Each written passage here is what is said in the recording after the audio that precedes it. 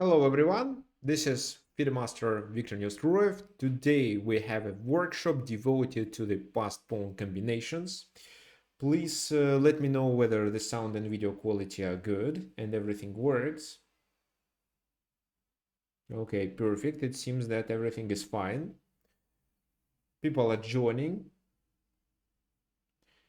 which is great. If you have any questions, don't hesitate to ask them.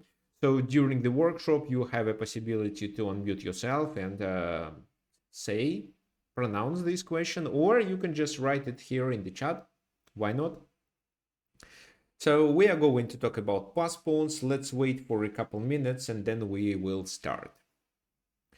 There are a lot of things I want to share with you today. So we have 4 examples to go over. Well, originally I had 5, but I decided to eliminate one of them because that one we studied well at our group sessions on Fridays. When we were learning the endgame, we did go over the concept of making pawns breakthrough. So that's why this exact game was covered. And that's why I decided to replace this game with another one.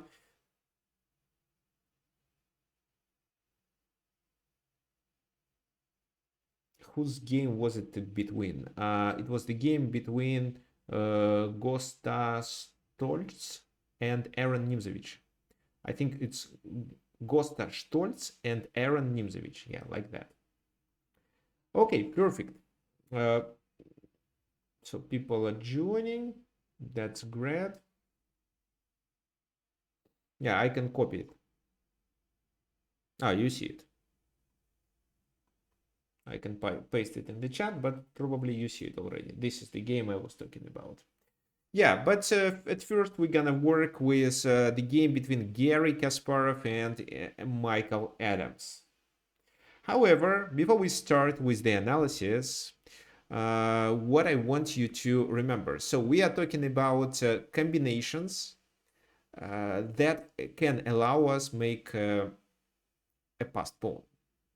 What type of combinations they can be? It can be combinations with your pawns, it can be combinations with your pieces, or it can be just a bishop attack of the base of the pawn chain, for example. We did cover how the bishop works well against pawn chains at our previous workshop 2 weeks ago. As for today, let's talk about first pawn breakthrough and then how pieces may help us.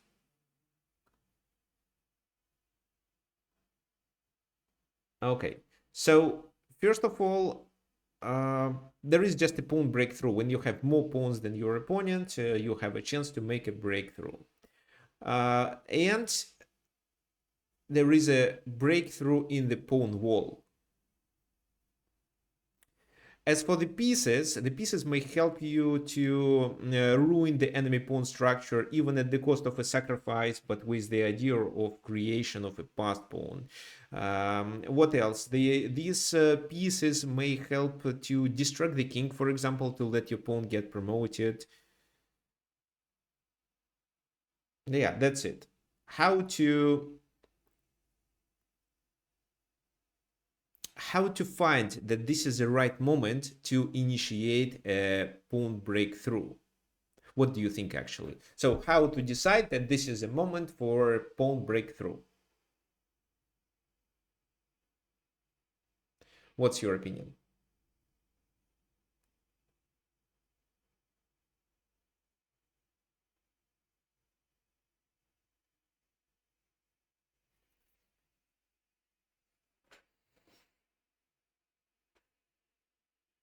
There is a pawn tension, probably, but so the most obvious situation is when you have a pawn majority.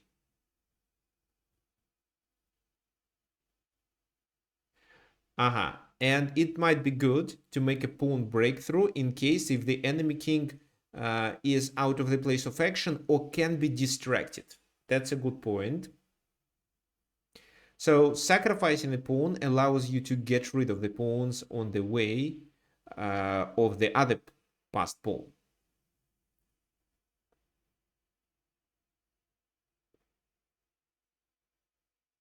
Yeah, if you can get a dangerous passed pawn. So basically, if you have a pawn majority, you can look for combination. Even at the cost of a sacrifice of a pawn. If you can distract the enemy king, then let's look for a pawn breakthrough, because if so, you are very likely to promote the pawn. You can attack the if you have pieces, you can attack the enemy pawns with your pieces, and at a certain moment even sacrifice your piece to let your pawn to get promoted. But let's start with our current position. What do we have here? It's white to move. Well, it seems that Garry Kasparov has some issues. The knight forked his rook and pawn, at least. The c5 pawn is also vulnerable. So what do you think Garry should do? Well, to be honest, in this position, he is not winning, but his position is good enough and he can at least fight for a draw. He made the position so complicated that Michael Adams made a mistake and Garry could have a chance to win, and he successfully realized his winning chance. Okay, so I see that your suggestions are d5. That's actually absolutely right. Because what else? If something like that, then let's say b takes c5, d takes c5, and knight e3. And if you're going to attack this knight, they're gonna capture on c5 and still save it. That's why Garry plays d5. What now? Well, he sacrifices exchange and he sacrifices a pawn too. But let's analyze these options. For example, c takes d5 makes this pawn a passed pawn, so c6. What then? If knight takes d5, bishop takes d5, then this is very likely to be a winning position because they have to sacrifice a rook for the pawn. Not taking on e3 doesn't help neither, because the bishop simply cannot stop the pawn. It's too late. I don't know, f6? No, I don't think f6 works. So f6, how do you play first?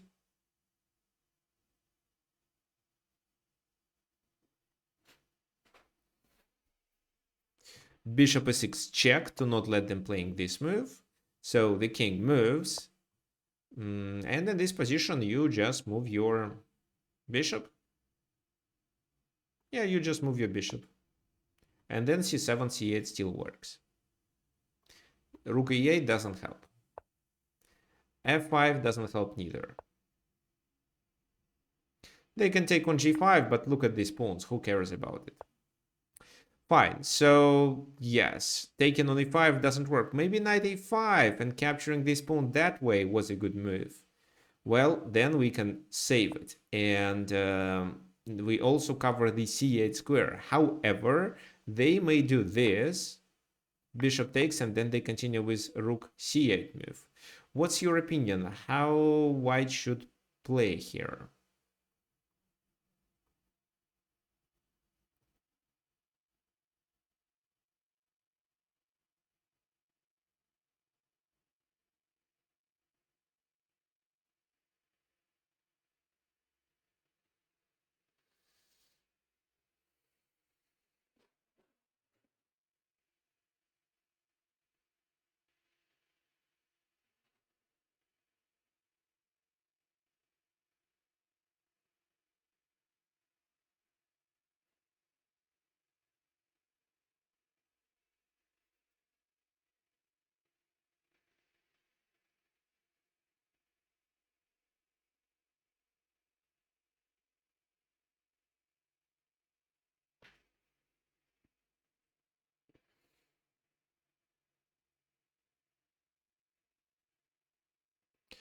So what comes to your mind? Actually, white is not winning. White should just draw the game here. Like bishop d5, maybe. But bishop d5, then he has to fight for a draw. So let's do bishop b6. And if a takes b6, then it's bishop d5.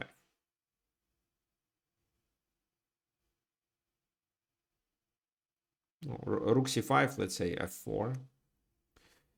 If bishop a3, well, it's the endgame with bishops of opposite color. It should be drawish. f7 is a weakness, so rook a3, rook f3 at least. So it's gonna be a draw. If they take on c6, I think it's this, and then d5 is vulnerable, so it's still a draw. This is how, with knight a5, Michael Adams should get a draw from here. But he took on e5.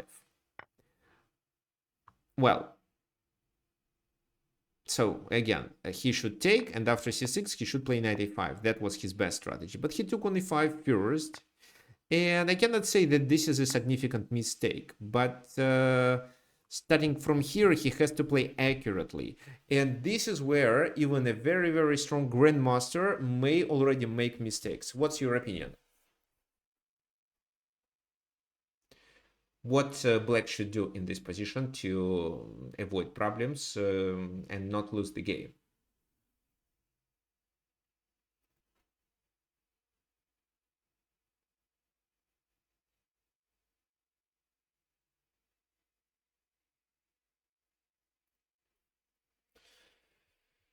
Taking on c5 with a bishop, wait, but then just this move and then c7, c8, can you stop it?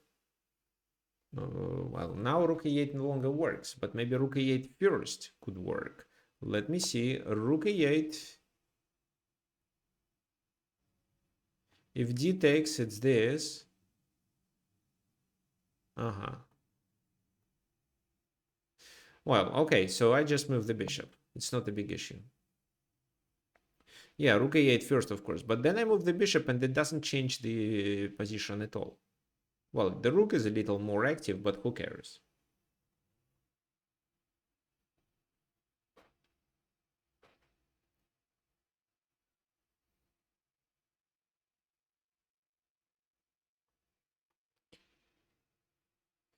The move that I wanted you to find, well, Michael Adams played that, and that was already a mistake. What he could do was actually this, stopping this bishop. Here you may argue and say that, well, there is an en passant move. Yes, there is, but then the bishop is hanging, so the bishop must take. But after the bishop takes, it's possible to play bishop d6. Well, not now. For example, this, and after c6, it's bishop d6. But the best move is actually this, king moves, and then c6, bishop d6, and bishop d5. And this is where I think black wins.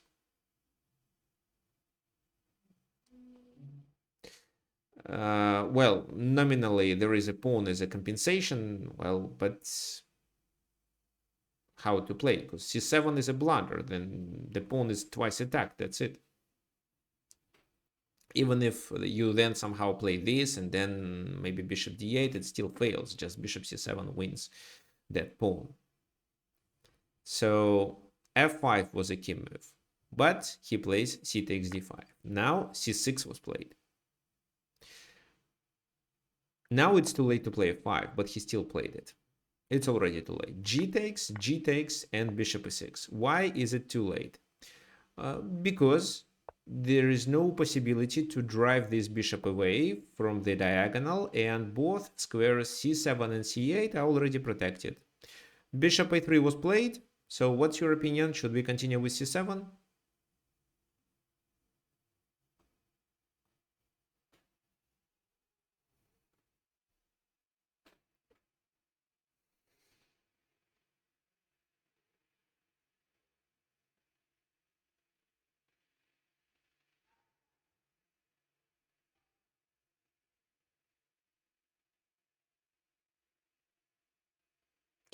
Well, okay, so yes, we should. Garry Kasparov played bishop d5, but I don't see any problem why not c7. So he played bishop d5, rook went to c8, and then he played c7 because he understands that he gonna capture this rook anyway. The rook will be given up for the pawn, and because of that, the endgame is completely winning. The rest is just pure technique. The pawns are on light dark squares, so we can block these pawns by controlling the light squares. Well, we still have two pawns, and this should be enough to win. Let me show you what happened in the game. Well, it's winning position, but it requires some technique. G5, king f1, f3 to not hang this pawn. King goes there, and a check. Why? Because such a move like king h4 already becomes a blunder. What's wrong with king h4? What's your opinion?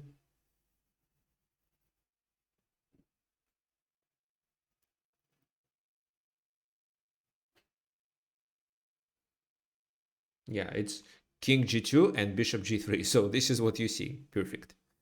This, and there is nothing that can stop this move. Only like bishop sacrifice maybe.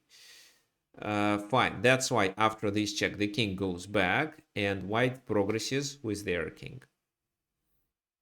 f5, bishop d8. Why such a move is required? It seems that it's almost a Zugzwang. The king cannot progress, and white is going to capture on b6. Well, the game they continued with g4 and just lost the pawn, so it's over. There are several strategies how to win, but well, you can go there with the king, then take there. You can, but the best one is just to go there and support the pawn with the king and advance it step by step. The pawns are stopped and the bishop gonna help to promote. So I can show you, for example, which move to play. Let's say, I don't know, let's say this. g5, king goes there, king comes closer. Well, maybe this move. Okay, bishop b5 to stop both pawns. King goes back to g7, king here, king g6. Check from e8, king g7, king f5. Let's say king f8 again. Again, you move the bishop back to b5, for example. How should they play?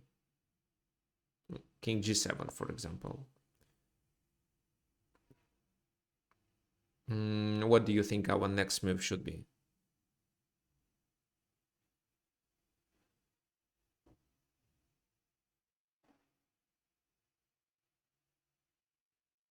Bishop f6, fine.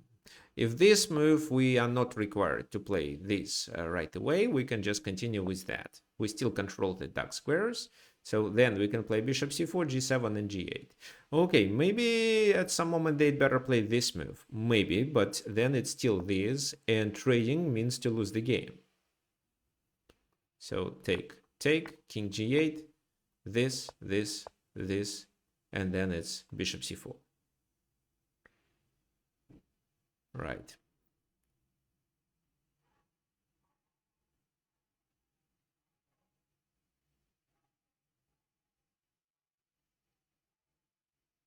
Even if we took with a pawn and the queen in square was dark, it's still winning. How is it winning? So they cannot advance the pawns. We capture them. So let's say they play this move. Okay, fine. So let's say this. King e6 is a blunder. So they have to go there. We play this. They go there. And then we can just play f7. How does it work? Doesn't it mean that once we play king f6, they start sacrificing their pawns and it results in a stalemate? Absolutely not, because we have a piece, and with this piece we can move where we want. If king e7, yeah, lose a move with the bishop. Yeah, exactly. Lose a tempo with the bishop, I will say. So king g7, and then you promote. If they start sacrificing, you take them one by one, and finally the king has to move, and then you can progress and advance the f pawn. Well, in the game, Michael Adams decided to not wait until it happens, and he resigned in this exact position. So let's just do a quick summary of what happened in this game. Okay, originally white found them in a trouble. There is a fork, there is a pawn hanging on c5, but the good news here is that white has two bishops, and the c5 pawn is far advanced, which allows us to make a breakthrough and make this pawn a passed pawn. So Gary plays d5, capturing on e5. This is what Michael Adams played. Doesn't actually work, because then there still will be the c pawn. as a passed pawn. For example, his last chance was to play f5, which he missed, and he took and allowed Gary to make the c pawn as a passed pawn, for which he later had to sacrifice the rook. f5 now no longer works. There is intermediate check, so there is no way to play f5 and block the connection between this bishop and the c8 square. King g7, the bishop simply moves, and then in order to stop the pawn, black had to sacrifice the rook. The rest is just a pure technique, and white successfully realized their advantage. Fine. Let's continue with our next example. What do you think about this position? This position is really sharp. We have our queen under attack, so we can actually trade queens, but then I don't think that you can save this endgame without a pawn. But if not to trade queens, then how should we play it? Because our knight is hanging too.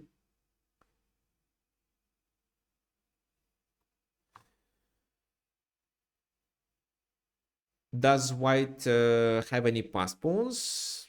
Not at the moment, but maybe there is a chance to create. What's your opinion?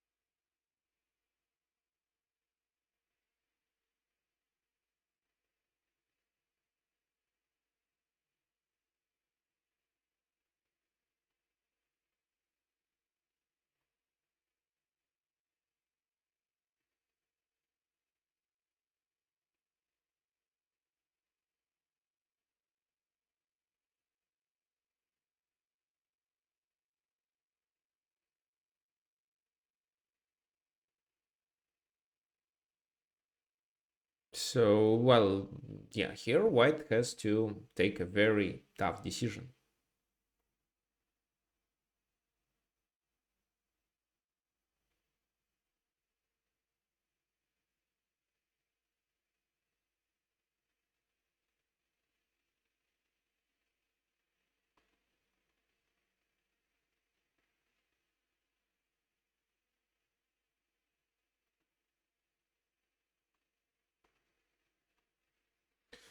Okay, what we have? Queen c6 as an opportunity.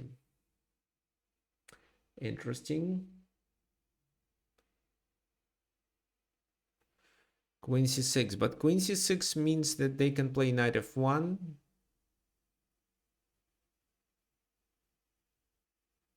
And take on f4 also.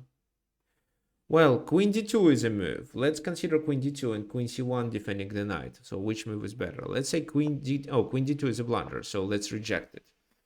Queen c1, of course. If we play so, how does black continue?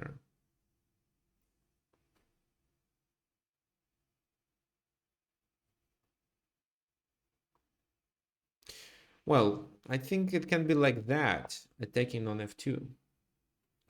Queen g4, queen h4, queen h1. But the problem is that the knight is hanging. So once you do this, it's this already. That's why I thought we should start with this move, attacking f2 at least.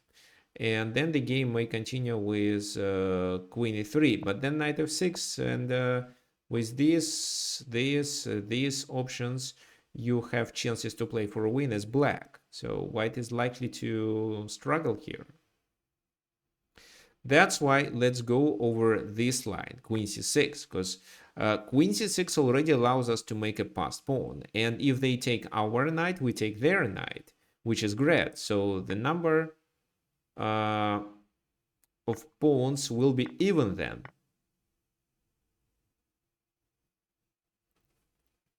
This is where we are fine. So it should be a draw. Maybe I don't think we have a chance to promote this pawn because the king is too vulnerable and there should be a perpetual check. Fine. So queen f4 doesn't work for black, but what works? Knight f1. Well, if king h1, it's queen f4, so the king has to go there.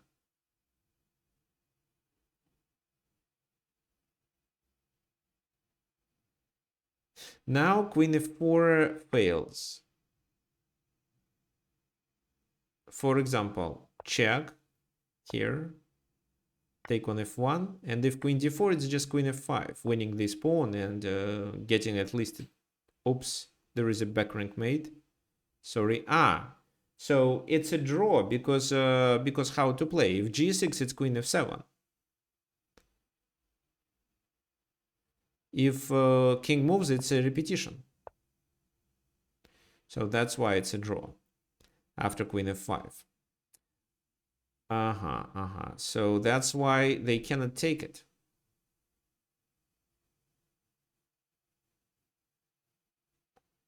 So they have to save the knight. I don't think they have this move. What's your opinion regarding queen b1?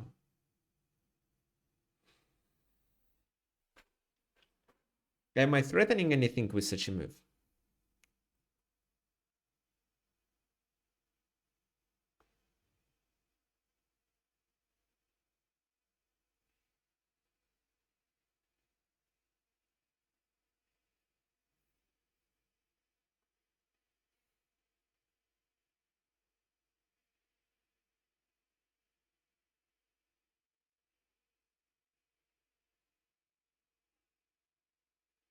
So we discovered the check, but what this discovery check? Well, knight d2, knight here, or knight there. It seems that the king escapes to h2 and it's fine for white. Queen takes b4 is a threat, so like knight d2, queen b4, yes, but white can react with a check and then take on b5, attacking there, so the knight has to move. But why I chose this move, because then I can trade queens easily. So it's a check, I first have to move, but then queen d3 will be played anyway. Was there a better way to play, like knight e3? No, I don't think so. So still this, knight g4, but this, and I'm threatening to take, as well as to trade the queens. So that's why it seems that after queen b5, white is relatively safe.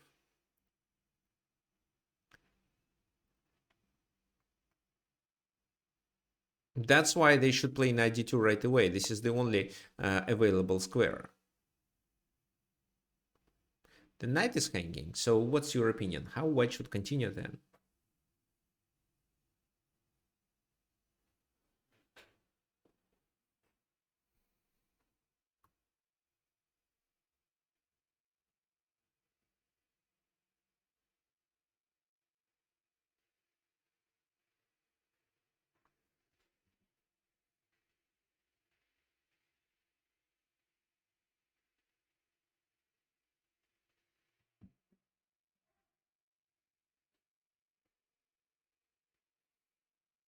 Okay, so there is a quite a risky suggestion by Dan to sacrifice the knight but to advance the pawn. Well, this is definitely a logical strategy, but it requires calculation. Well, can we save our knight here? First of all, let's decide. No, quite unlikely, because what else can we do? Can we play g3 maybe? So g3, queen b1. King where? Well, this move doesn't look good because of queen here and queen there. So king h2 instantly. And then queen b4. And then black is playing for win. There is still extra pawn. So maybe the knight should move to d5. But then still queen b1, king h2.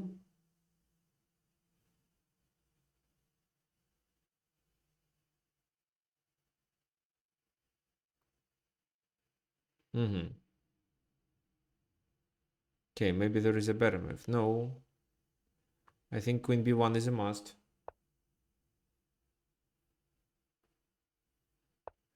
h2, maybe it's a draw. So knight d5 is a move that deserves attention. So what else? Queen e8, queen e3. Now this fails because of this check, and then it's a fork.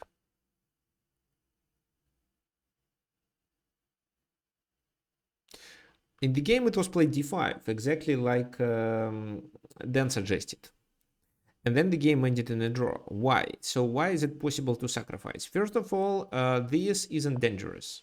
So king h2, knight f1, and the maximum is just a repetition. Knight g3, king h2, so the same story. Queen f4 is the only line that requires analysis. But I'm sure you understand that the idea here was to continue with d6. And how to stop this passed pawn now?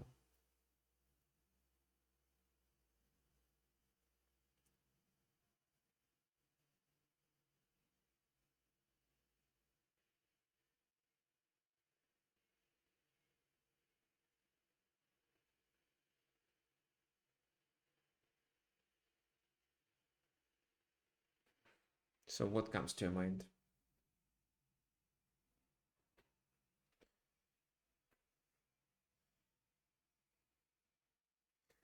Does knight e4 help?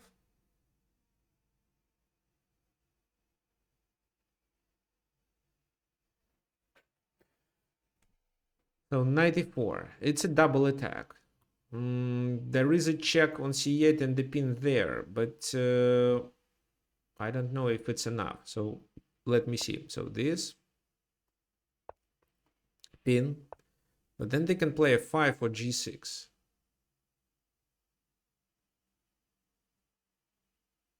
Maybe they also have these actually. And here it's possible for black to play for a win because of extra pawn. I still don't think that black is winning, and white, if plays accurately, can draw the game, but it's still extra pawn. So queen c8 is a possibility, but what about d7? The pawn is unstoppable, so their only strategy is to take. King goes to h2. Because if the king goes to h1, there is knight g3. This. Still should be okay, actually. Okay, king goes to h2, and they simply do a perpetual check. King g1, queen f2, and so on. Because nothing can stop the pawn. So just blocking it with the queen, for example, like that, fails because of queen c8. Anything else, still queen c8, d8 after that. This is how this passed pawn was sufficient to compensate a knight loss.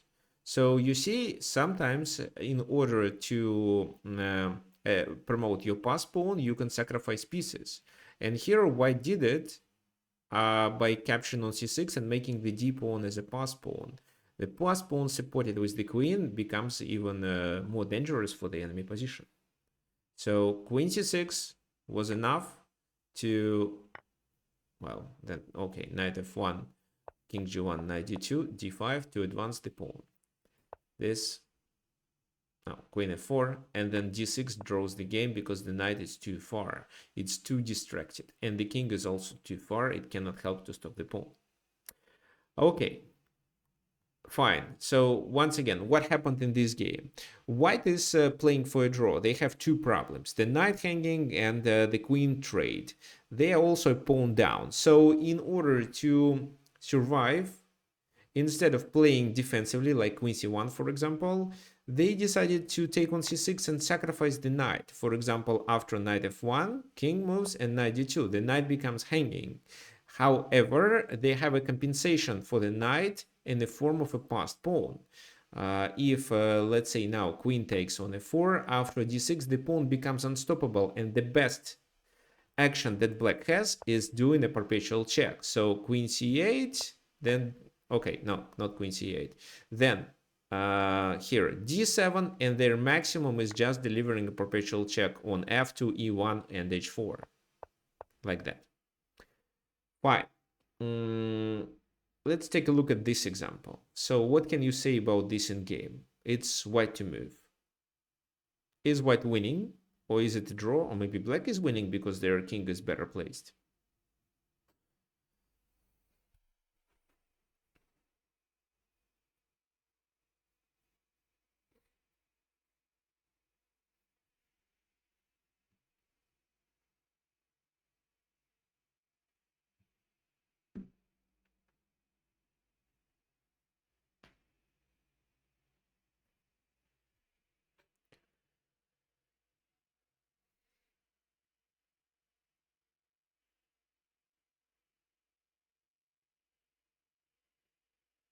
Okay, so then suggest a plan of rook d2, d8, and f8.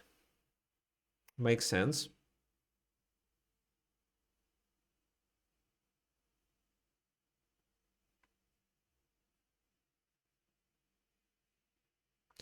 So rook d2, how they have to play?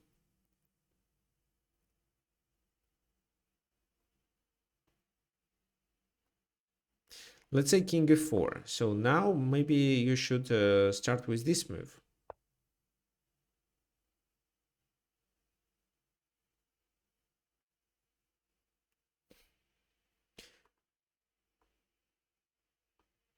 Then this, rook e6. Well, black is 2 pawns down, but what can you say about this position? Maybe black activity is enough to draw the game?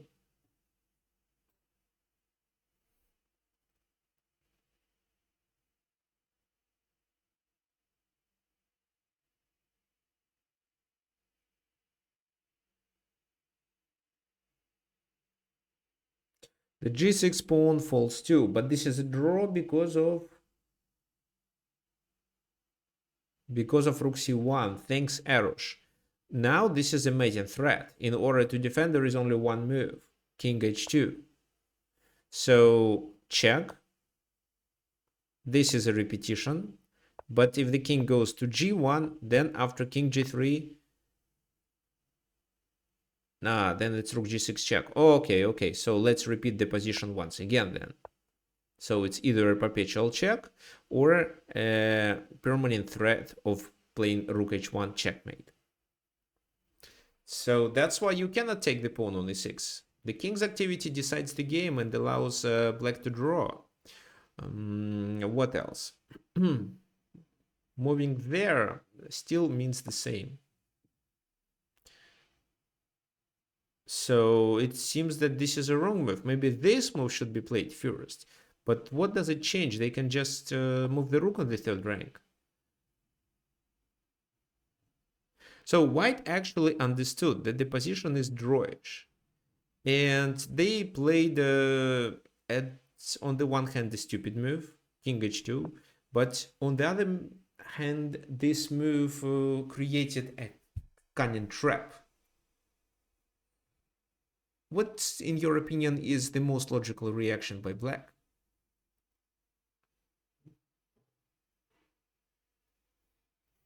It's king g4. Well, if king e4, then if king e4, then it's king g2. But king g4 is logical. However, the king is now what? Almost trapped. So okay, let me give you some time to think of how white should continue. So I see that there is a 5 suggestion in the chat, but I'm sure you need to calculate it. What in your opinion is the black's reaction against f5?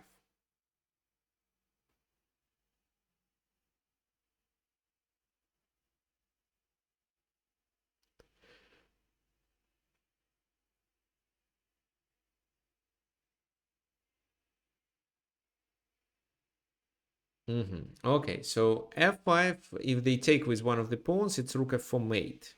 That was the key idea, that the king no longer escapes to f5 after a 5 move. Well, they may take on g3. If so, rook f4 no longer works. But then what?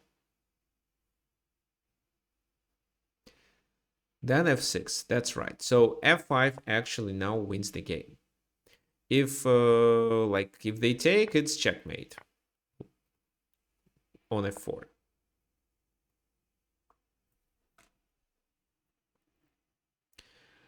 If they play what? Rook c4, to stop rook f4, then it's f takes g6 and the pawn is promoted. Once the rook goes to stop it, it's rook f4 checkmate. So the only logical move is rook g3 then, but then nobody stops the pawn. How? Let's say this. Yeah, let's say this.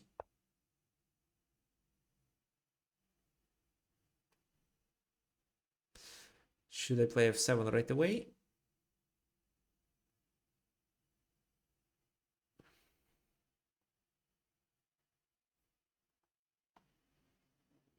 Oh, of course. So then it's a rook sacrifice.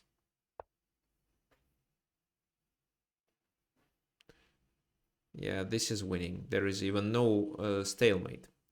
What else they can try? They can try to keep checking, but it seems that after king f1 there are no checks and there is no way to stop f7 and f8. That's why it's still a winning position. So what does it tell us? King g4 was a mistake, and in order to draw the game, black has to do what?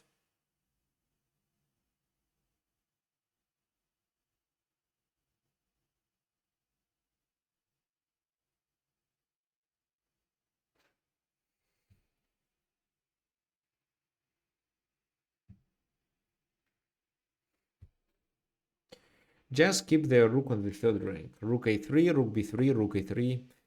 Doesn't matter, but king g2. If only this move is played, then king here can be played. Because this means losing a pawn with a check, after which it's possible to take one more pawn. So, for example, where if the king goes there, then you can take the h4. Maybe you don't have to. Let me see.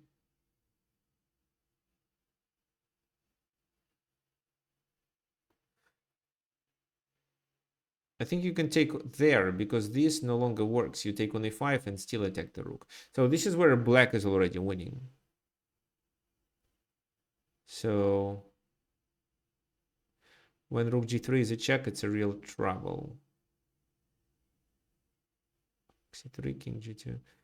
Yeah, so it works. King g4 now allows to win the pawn on g3. So it works only when the rook is there and the king is here, so that neither rook g3 is a check and the 5 becomes possible in order to play rook f4 or advance the pawn. This is how it works.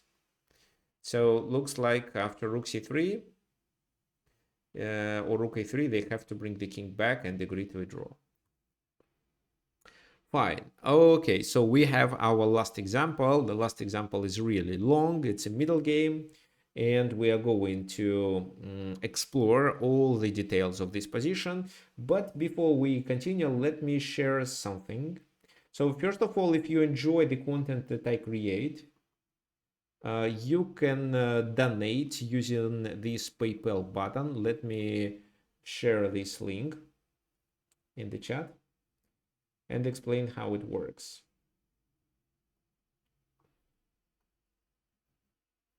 So this is a button. If you have a PayPal account, then you can enter the amount you want to donate, then click PayPal. It redirects you to your PayPal account. You have to enter and then with your login details and then send money automatically to my account.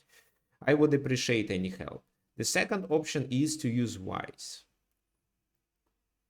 It's also a popular payment system, especially for Europeans. What else? Until Monday, 3 of my Chessable courses are on sale. So train your tactical vision.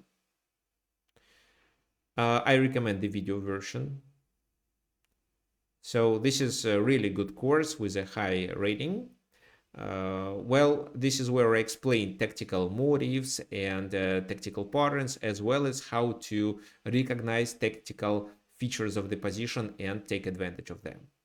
So I can share this link with you too. So two other courses that,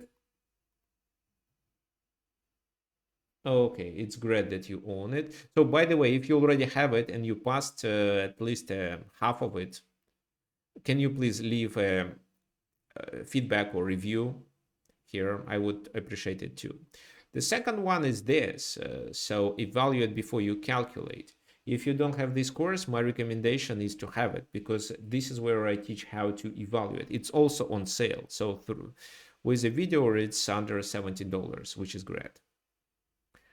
And the last one that is on sale at the moment is this, but it's actually an underestimated course. However, it's cheaper. So let me also send you the link. It's about visualization. So, well, here you can see some unpleasant rating. It's mainly because people expected something else from the course, so they misunderstood it. But these are practical exercises that teach you to visualize. And finally, my newest course that I published on the chess world recently, this one, Comprehensive Guide for Club Players. It's an absolutely new course. It was released, I was filming it in October. So in the end of September and in October. So finally it is published.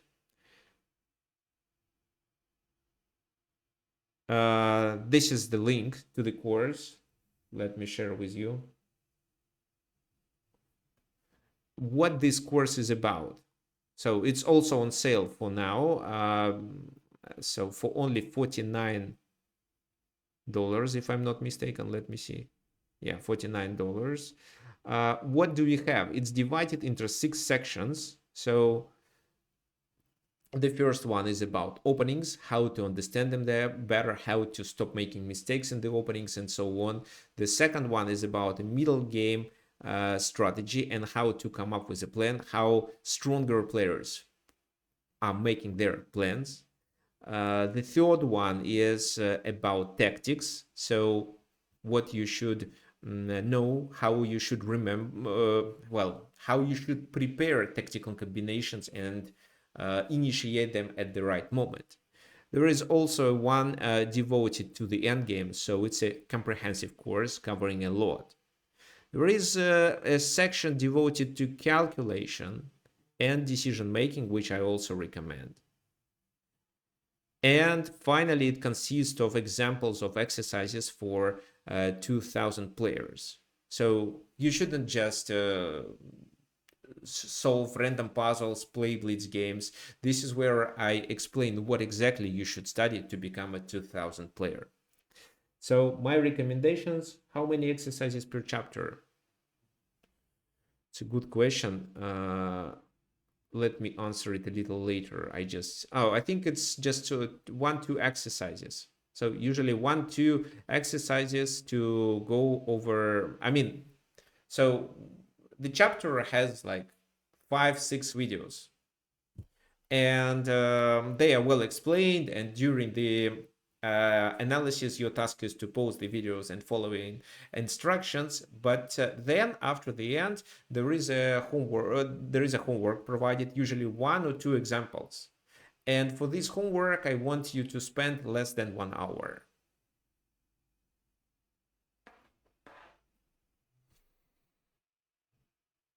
So some consist of 2, some consist of 1. For example, in the opening foundation, your task is to look at the game and figure out where grandmasters made their mistakes and try to fix these mistakes. Okay, let me share this link with you. Fine. And now we go back to our analysis. Oh, by the way, those of you who don't follow me on chess.com, my recommendation is to do it, because recently I published quite an interesting post regarding tactics and why we can easily solve puzzles, but we cannot find them during the real game. So, well, it's easy, right? When you have a puzzle on the board, most likely you solve it. But when you have a game in progress, you're very likely to miss tactics that you would definitely find if it was a puzzle. So my recommendation is to read this article. Well, it's well explained with examples. So a lot of examples. Okay, so anyway, read it. Fine, let's continue with our main topic.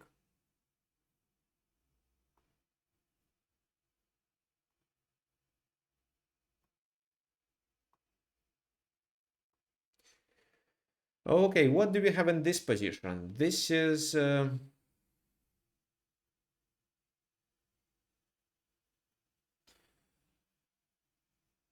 the game between Efim Geller and Yuri Averbuk. Black to move. I'm sure you understand black has advantage, but can you please explain what exactly advantage black has? Because of what?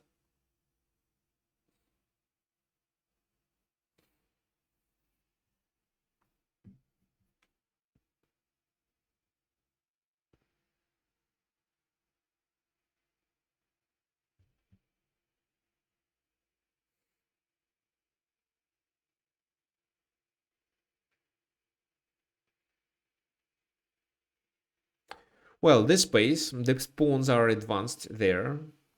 The pieces are well placed. So this bishop is a bad bishop. This bishop is a little better because there can be a potential attack of the pawn on d4.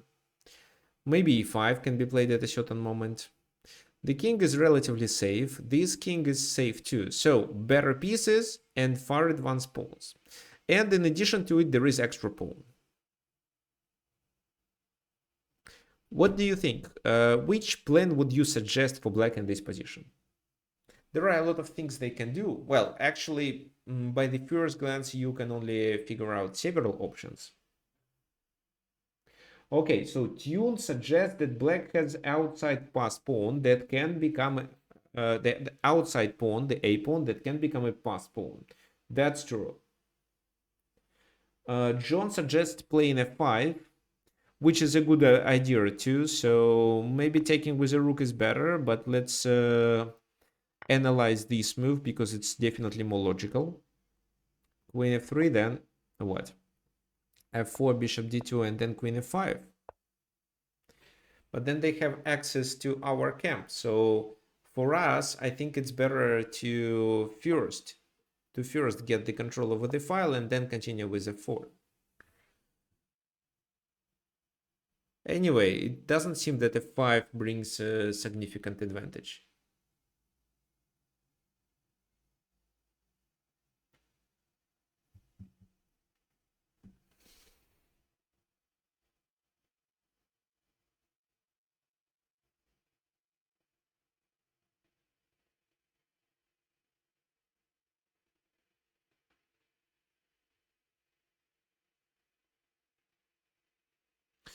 Bishop f8, a3 suggested by Dan.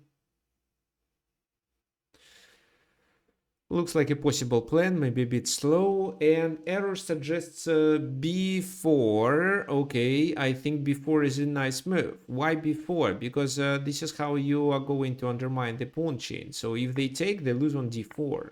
So bishop d4, rook d4. And then this is a weakness, this is a potential target, and you have better pieces placement. Also even this. So maybe they can play rook d2. But then you can trade and you have passed pawns. So d4. Here you can combine the idea of advancing the d pawn or the c pawn if you want with the attack on the enemy king using light squares. So that tells us that c takes b4 is definitely a mistake. That's why white decided to do a counterattack with f4. Because they threaten to take, this becomes a pass pawn, it's better to capture. Bishop f4, and what then?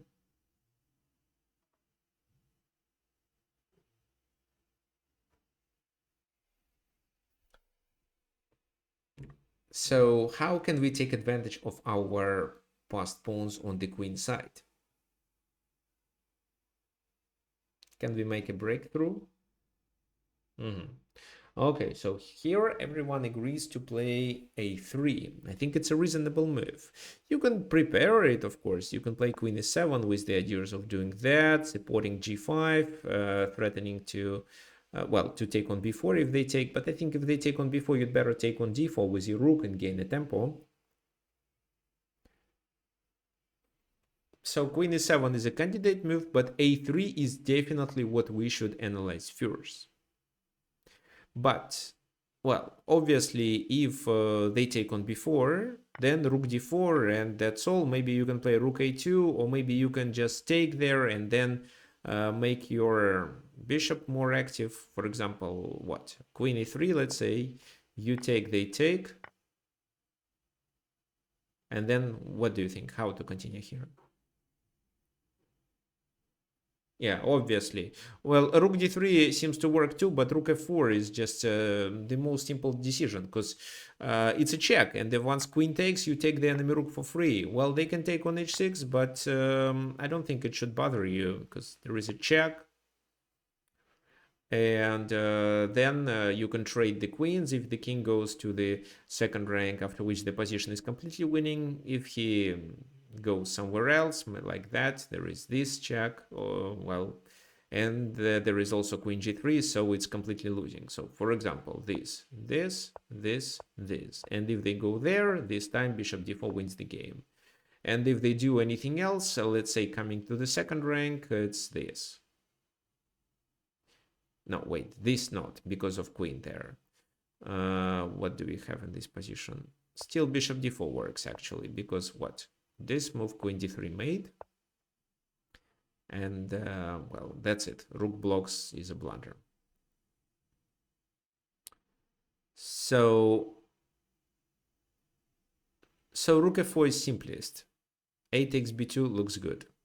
That's why c takes b4 is not a possibility. But b takes a3 can be a possibility. What do you think we should continue in this scenario?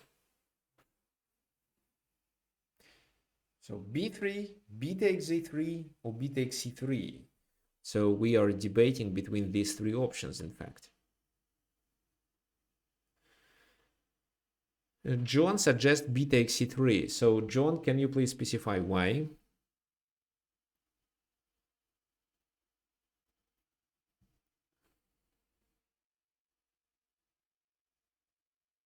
Breaking down the pawn structure and weakening the d4. That's right. So if you choose which one to take, you'd better take this. Even if it double your pawns, it allows you to win the pawn on d4. Yes, and it activates the bishop. That's right. Well, how do they have to play? Well, let's say bishop a3 because rook d4 is a deadly threat. And then you can continue with rook b8. For example, if they play queen c2, what comes to your mind?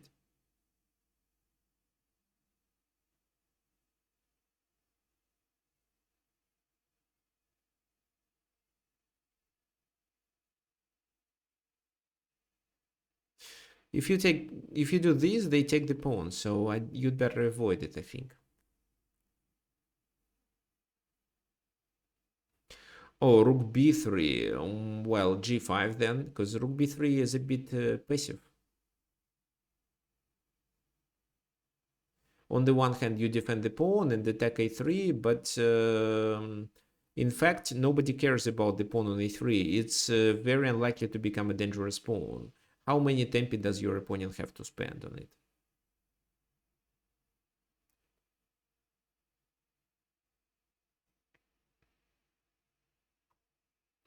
So I think g5 works. So g5, what?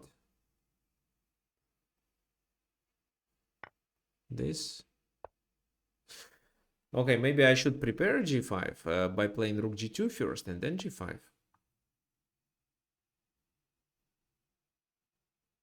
Or g5 right away, so I didn't decide yet, but well, I'm sure there are better moves than this.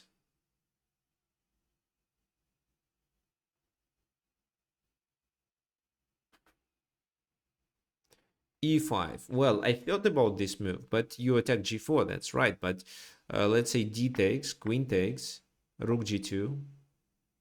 Now they want to take on h6. So check, queen blocks.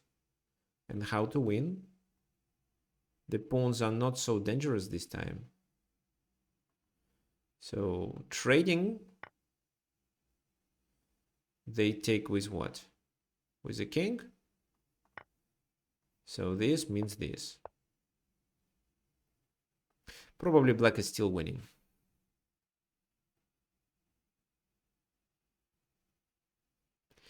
Yeah, black should be still winning. So e5 may work. What I suggest is bishop d4.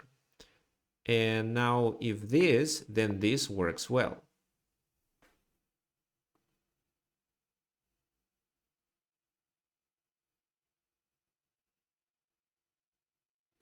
Oh, okay. So Georgios has seen these two positions that we discussed before. Okay, great. Rook b2, queen e4, and you can just play queen e7 with the ideas of doing that and advancing your pawn. So it should be winning too. If, let's say, they trade on d4, you take with a rook and they take on c3, it seems to be a losing position too. So rook b3. This time it's a tempo move, so it should work. Then you take on g4. Because how do they play? Maybe this move. Then you take on g4 and this becomes a threat with queen d3 and so on. So I think it's a completely losing position due to the activity of the black pieces. Even if just queen c6, queen h1 is a problem.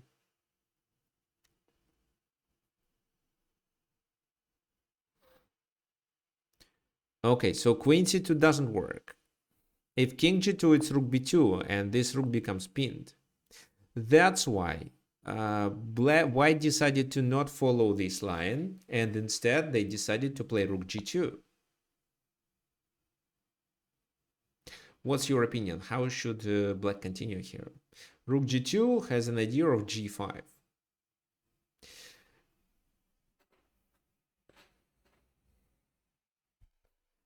So here we shouldn't underestimate the white's attacking potential.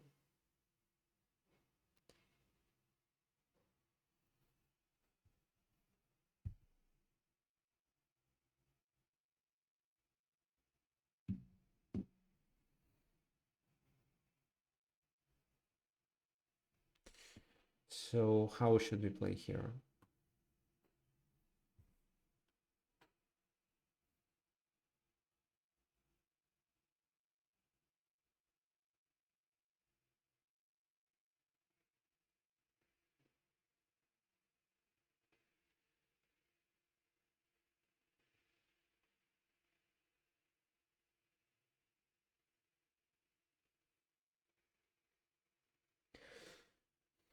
So there are two suggestions, to take on b2 and to play e5. Well, let's see how e5 works.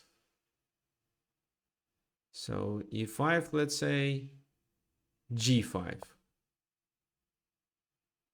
Takes. No, looks like it's a problem. Maybe g5, h takes. But then bishop takes and bishop f6 is a serious threat.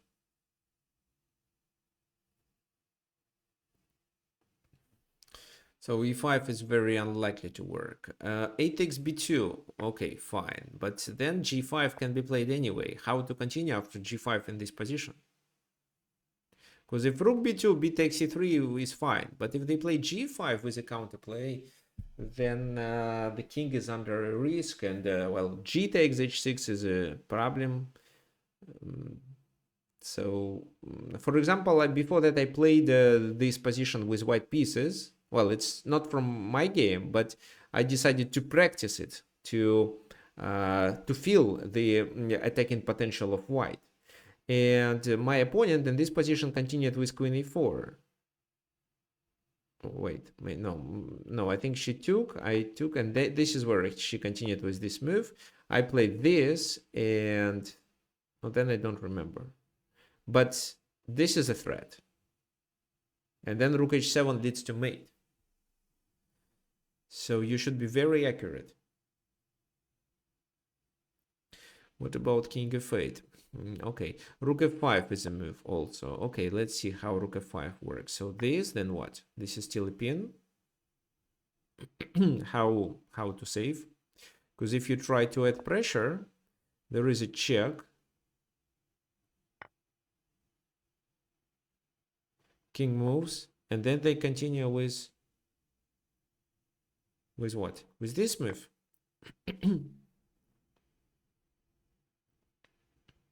So pawn takes, bishop takes. This means checkmate.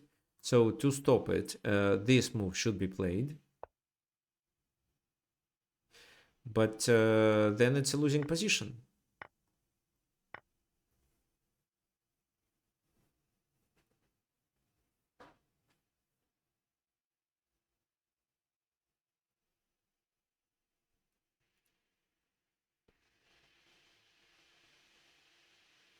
Also, after, let's say, queen d6, rook g7, king moves, there is this move to defend it. Maybe not the very best idea, but still seems to work. Okay, fine. Well, there is later in that tactical after bishop f6. Okay, so g5. King f8 was suggested by Dan. G takes. Then what? Bishop h8. But then it's h7, and there is this move, and there is also this move.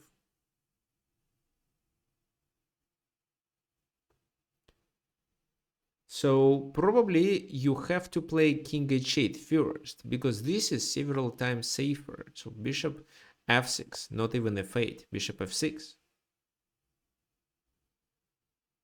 And the passed pawn decides the game, while these pawns cannot do much. Even if they play h7, there is a rook guarding g8. And then you take and advance your pawn. So that is a winning strategy. So a takes b2 is a possible move.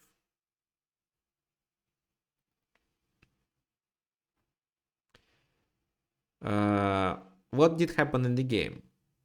So here, Yuri Averberg decided to avoid complications and played simply this move to stop g5. So now g5, h takes g5, it's protected enough with two pieces.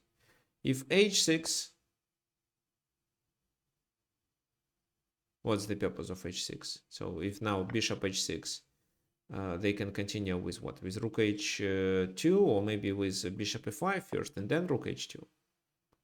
Yeah, to avoid these problems, it's even a winning position anyway. Queen f6 can be played, and if they take there, we can take there. Because there is a pin. The game continued instead of g5 with queen e3, queen f6 a pin, king moves, and finally a takes b2 was played. So now rook takes b2 is a blunder because after b takes e3, this pawn is vulnerable. And black is winning because of several extra pawns. That's why g5, h takes g5. Well, taking with the bishop on g5 is a mistake. Then b takes e3, the d4 pawn falls. h6 never works.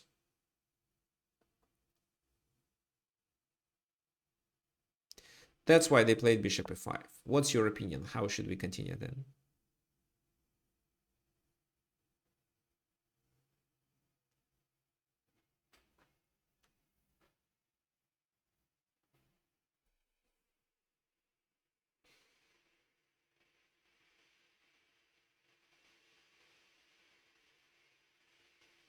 Should we move the queen to f5? What do you think?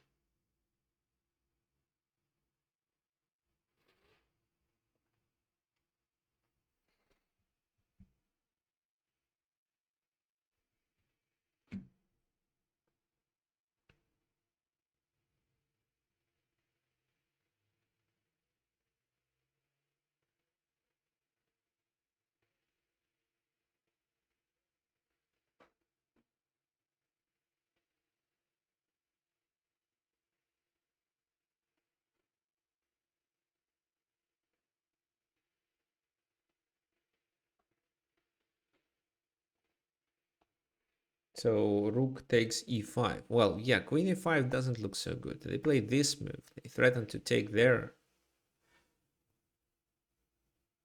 Maybe you can do b1 equals queen and replace one queen.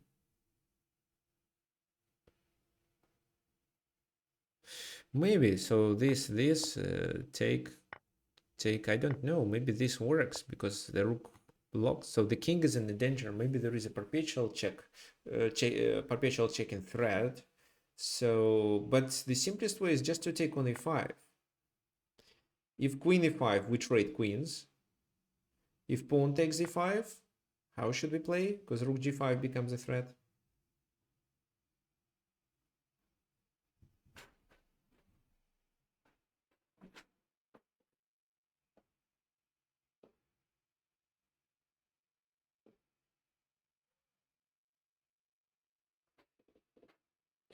So we should sacrifice the queen.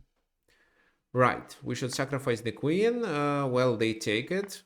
Bishop takes. If rook e5, it's b1. But there is rook g5. And doing this move is a mistake because they can continue with what? With this move first. No.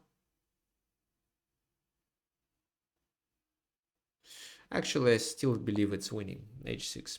Okay, so king h7 instead was played. So black is down the whole rook. But Yuri Averberg plays b takes c3, rook b5, and these three pawns now decide the game. However, one accurate move should be played first. What do you think? Which move I'm talking about?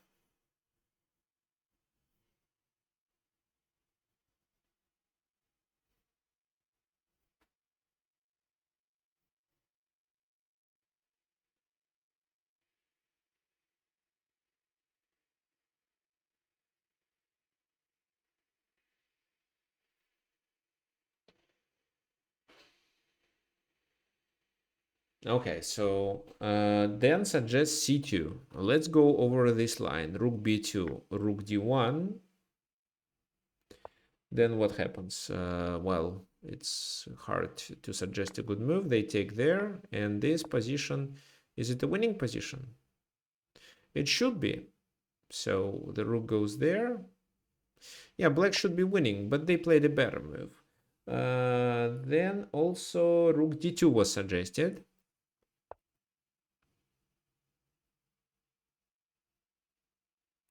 Rook d2, how to play? Well, rook d2 is a nice move. Maybe rook b7 with some... No, I don't think it's a threat. Yeah, rook d2 works. What else? Because the move that black played in the game wins the game immediately. Rook d5. Yeah, well, if rook takes, pawn takes, it's definitely winning. I agree. Okay, then found it. Rook d1. Look at this very nice move. So we are threatening to take and then we are threatening to promote. Bringing the king closer makes no sense. So for example, take and c2. And then the pawn will be promoted. Either the b or the c. What else? Taking there. Well, but then c2 and again the pawn will be promoted. So rook f1, for example, c1 equals queen and there will be two queens on the board. There is also a possibility to promote even more with c3, c2. So that was the winning move because then c2 is a tempo move. This is how black won. Okay, so let's do a quick summary of this game. What did happen? So in this original position that we started analyzing, Yuri Averbach was playing against Efim Geller. Black is better. They have extra pawn. Their pieces are better centralized. They have a pawn majority on the queen side, and their pawns are far advanced, and this pawn potentially may become the outside pass pawn. There is also a bishop attacking d4, and because of that, black decides to play b4, undermining the pawn on c3. White wanted to initiate a counterattack on the king at least. So pawn takes, bishop takes, a3 was played to undermine this, if this, then that, and then d4 falls, while black is left with two passed pawns on the c file. That's why white didn't take. They instead wanted some counterplay like that. Queen e7. Queen e7 stops g5 and supports the queen side too. Queen e3 to defend it, pin to avoid problems with the king side, and finally a takes b2, making the pass pawn. So g5 was played as a counterplay, but it didn't really work because now, because of this pawn being already on b2, black has a lot of tactical opportunities. And after that, they can even sacrifice more material with queen e5, because then these three pawns will be promoted. And black did it in the most beautiful way by playing rook d1, threatening with c2 after that. Okay, let's go back to your question. What if instead of f4, rook d2 was played? Or bishop d2, you mean? So bishop d2, right? Bishop d2. I think a3 still is a move.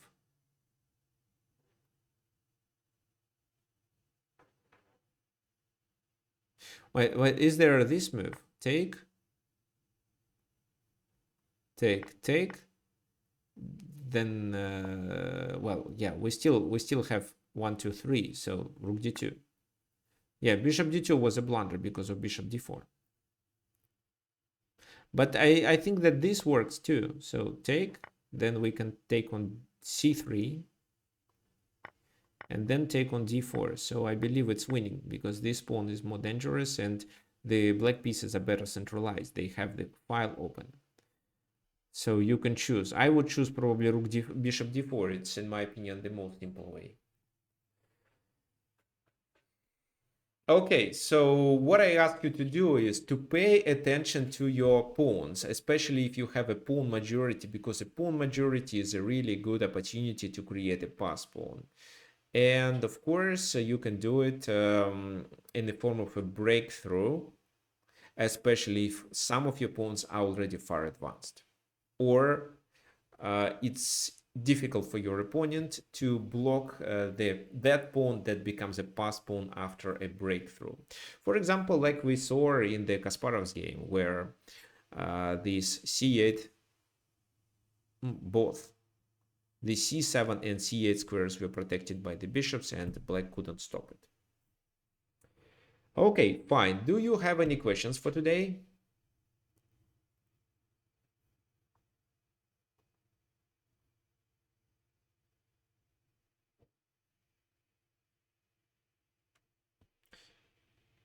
So we are about to finish our workshop. Next workshop will be next Sunday. The recording will be sent tomorrow if you're interested, and please do not forget about that sales that I announced during the workshop. So, okay, Armand joined us, but we are about to finish the class because we started 1 hour 20 minutes ago. So let's finish for today. So hope to see everyone on the next workshop next Sunday. If you have any questions, you're welcome. You can also message me at tricksofchess@gmail.com, especially for coaching, especially if you're looking for individual or group classes. So thank you for coming, and see everyone next Sunday. Bye bye.